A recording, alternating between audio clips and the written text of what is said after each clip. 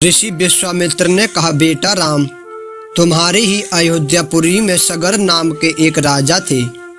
वे पुत्रहीन थे। सगर की पटरानी का नाम केशिनी था, जो कि विदर्भ प्रांत के राजा की पुत्री थी। केशिनी रूपवती, धर्मात्मा और सत्यपरायण थी। सगर की दूसरी रानी का नाम था सुमति, जो राजा अरिष्टनेमि की कन्या थी। महाराज सगर अपनी दोनों रानियों को लेकर हिमालय के भृगु प्रस्त्रवण नामक प्रांत में गए और पुत्र प्राप्ति के लिए तपस्या करने लगे। उनकी तपस्या से महर्षि भृगु प्रसन्न हुए और उन्हें वर दिया कि तुम्हें अनेक पुत्रों की प्राप्ति होगी।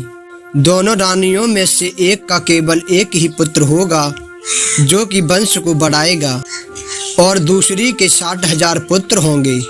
कौन सी रानी कितने पुत्र चाहती है, इसका निर्णय वे स्वयं आपस में मिलकर करें।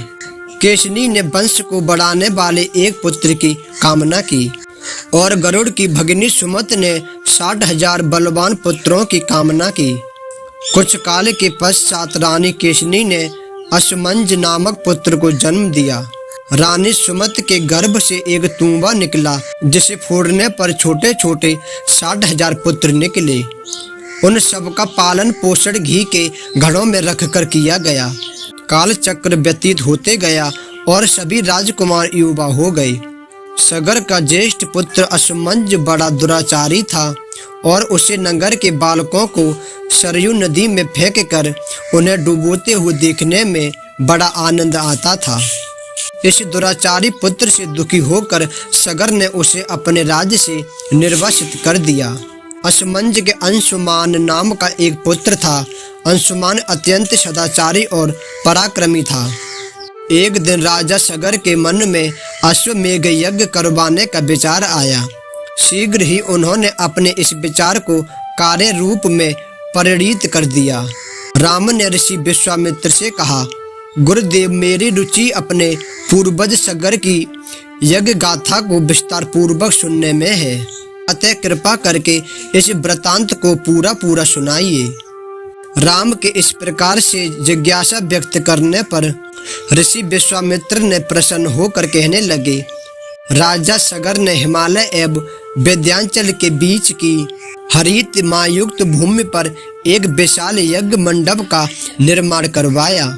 फिर अश्वमेघ यज्ञ के लिए श्याम करण घोड़ा छोड़कर उसकी रक्षा के लिए पराक्रमी अंशुमान को सेना के साथ उसके पीछे पीछे भेज दिया।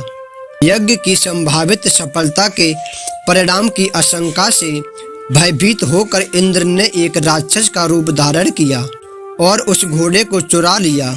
घोड़े की चोरी की सूचना पाकर सगर ने अपने 60,000 पुत्रों को आज्ञा दी कि घोड़ा चुराने वाले को पकड़ कर या मार कर घोड़ा वापस लेकर आओ। पूरी पृथ्वी में खोजने पर भी जब घोड़ा नहीं मिला, तो इस आशंका से किसी ने घोड़े को तय खाने में ना छुपा रखा हो। सगर के पुत्रों ने संपूर्ण पृथ्वी को खोदना आरंभ कर दिया। उनके इस कार्य से असंख्य भूमितल निवासी प्राणी मारे गए। खोदते खोदते वे पाताल तक जा पहुँचे। उनके इस नृशंस कृत्य के विषय में देवताओं ने ब्रह्मा जी को बताया, तो ब्रह्मा जी ने कहा कि यह राजकुमार क्रोध एवं मद में अंधे होकर ऐसा कर रहे हैं। पृथ्वी की रक्षा का दायित्व कपिल ऋषि पर है, इसलिए वे इस विषय में अवश्य ही कुछ न कुछ करेंगे। पूरी पृथ्वी को खोदने के बाद भी जब घोड़ा और उसको चुराने वाला चोर नहीं मिला, तो निराश होकर राजकुमार ने इसकी सूचना अपने पिता को दी। क्रुद्ध सगर ने आदेश दिया कि घोड़े को पाताल में जाकर ढूंढो। पाताल में घोड़े को खोजते खोजते वे सनातन वसुदेव कपिल के आश्रम में पहुंच गए।